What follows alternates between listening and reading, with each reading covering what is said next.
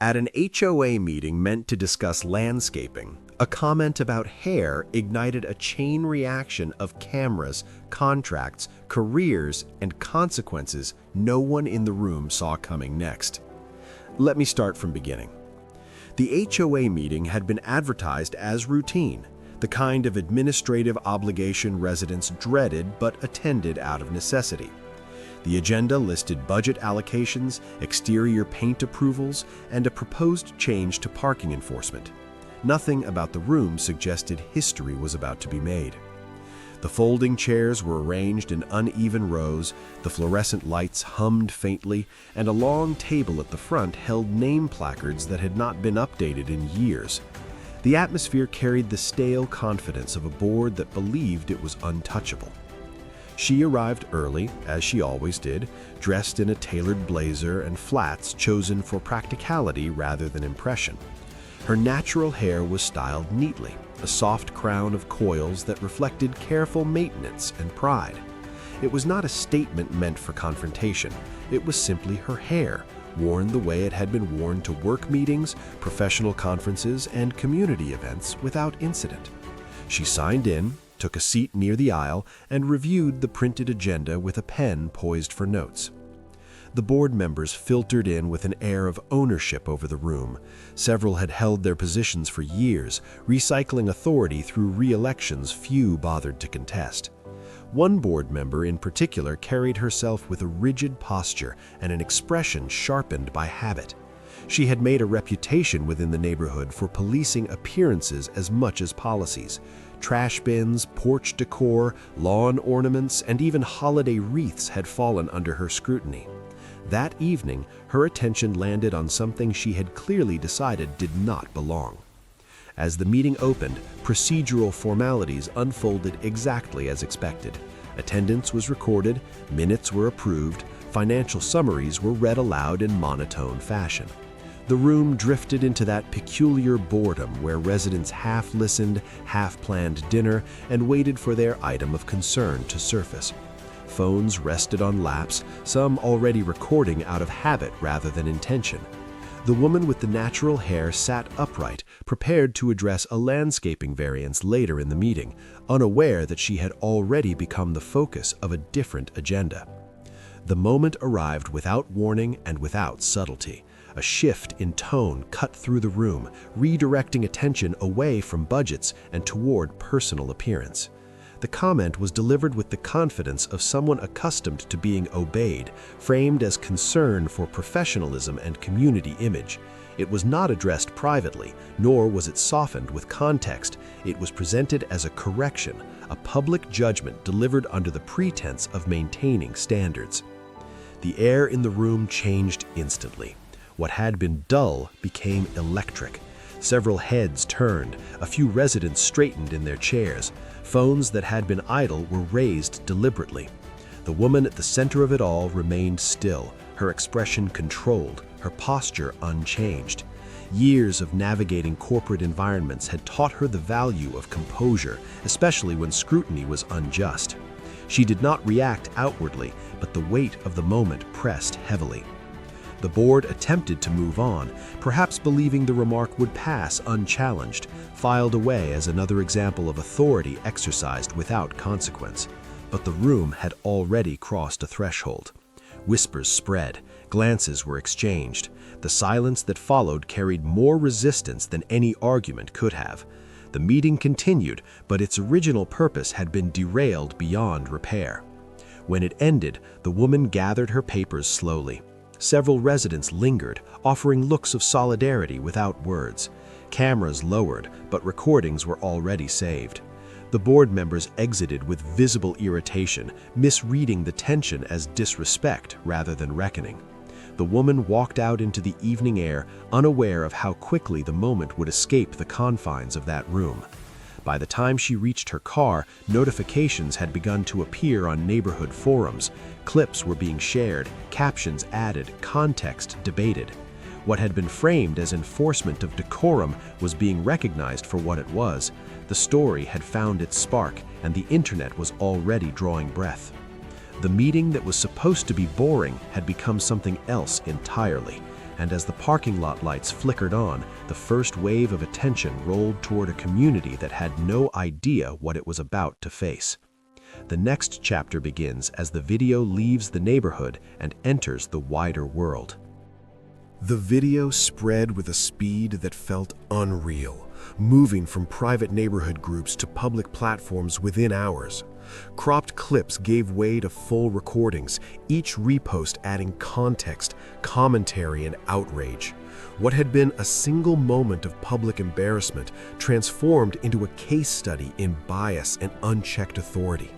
View counts climbed into the thousands, then hundreds of thousands, as viewers recognized a familiar pattern playing out in a mundane setting. The woman at the center of the storm woke to a phone vibrating relentlessly. Messages from friends, coworkers, and distant acquaintances filled her screen. Some offered support, others asked if she was okay, and many shared links she had not yet seen.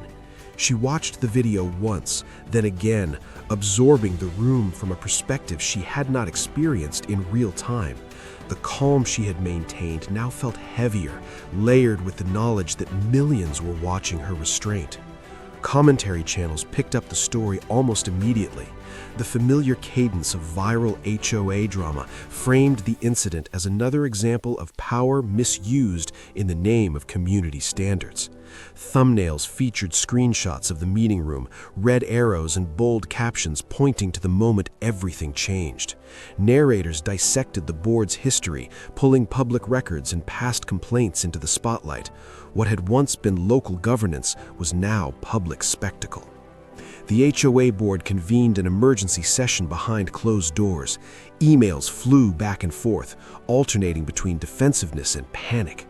Initial attempts to justify the incident collapsed under scrutiny as legal implications surfaced. Housing attorneys weighed in online, explaining the potential consequences of discriminatory enforcement.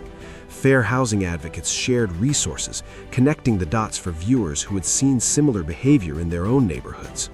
Meanwhile, the employer issued a statement of support, affirming that her appearance met and exceeded professional standards.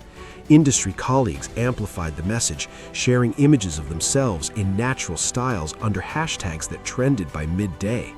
The narrative shifted from a single incident to a broader conversation, one that refused to be contained by the HOA's original framing. Local news outlets arrived next, drawn by the online traction. Reporters requested statements, footage, and interviews. The community's name appeared on screens far beyond the county, often accompanied by experts explaining why the incident mattered. Residents who had never attended an HOA meeting before found themselves fielding questions from coworkers and neighbors in adjacent towns. The HOA's first public response landed poorly. A brief statement acknowledged hurt feelings without addressing responsibility. The internet reacted swiftly, parsing every word, highlighting omissions, and calling out the absence of accountability. Pressure mounted as sponsors and partners associated with the community began to distance themselves, unwilling to be linked to controversy. Inside her home, the woman processed the chaos with a measured focus. She documented everything, saved messages, and consulted with advocacy groups offering guidance. She did not rush to speak publicly, understanding the power of timing.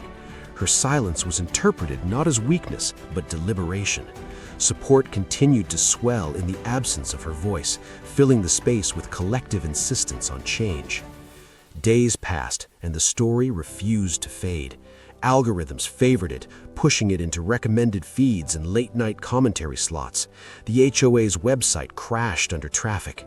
Board members faced personal scrutiny, their past statements resurfacing alongside the present crisis. The imbalance of power that had once protected them now magnified their exposure. As the pressure reached its peak, a shift became inevitable. Legal counsel advised action. Insurance carriers raised concerns. The board drafted a new response, this time longer, more carefully worded, and visibly reactive. But the public was no longer interested in words alone. The story had evolved beyond an apology. It demanded structural change, and the internet was watching to see if the HOA would finally understand that. The next chapter begins when consequences move from screens to real-world policy. The second statement arrived with less resistance but more skepticism. It acknowledged wrongdoing, accepted responsibility, and announced an internal review. Yet the response was met with a collective pause rather than praise. Viewers had learned to wait for actions, not announcements. The narrative had matured, and so had the expectations. Behind the scenes, the HOA's legal team worked quickly. Emergency consultations resulted in a comprehensive audit of community policies. Language that had once been vague and subjective was identified as a liability. Appearance standards, conduct guidelines, and enforcement procedures were scrutinized line by line. What had been enforced through personal bias was now being forced into clarity. The board member responsible for the incident took a leave of absence, a move framed as temporary but widely understood as a concession. Shortly after, her resignation followed. The announcement was brief, buried beneath the larger headline that mattered more. The HOA committed to mandatory bias training for all board members and property managers. External consultants were hired to oversee the process, their involvement documented publicly. A formal apology was issued, this time directed with intention. It named the harm caused, acknowledged the specific nature of the bias, and outlined concrete steps for prevention. The tone was markedly different, shaped by consequence rather than confidence. While some remained critical, others recognized the shift as a necessary start. The woman finally released her own statement days later. It was measured, thoughtful, and resolute. She spoke not only for herself, but for countless others who had experienced similar treatment without cameras present. Her words were shared widely, praised for their clarity and restraint. In choosing reflection over retaliation, she reframed the story once more. Policy changes followed swiftly. The HOA revised its governing documents, removing subjective appearance clauses entirely. A new reporting process was established for residents to file concerns without fear of retaliation. Term limits were introduced for board positions, breaking the cycle of entrenched authority. These changes were not framed as favors, but as corrections long overdue. The story's impact rippled outward.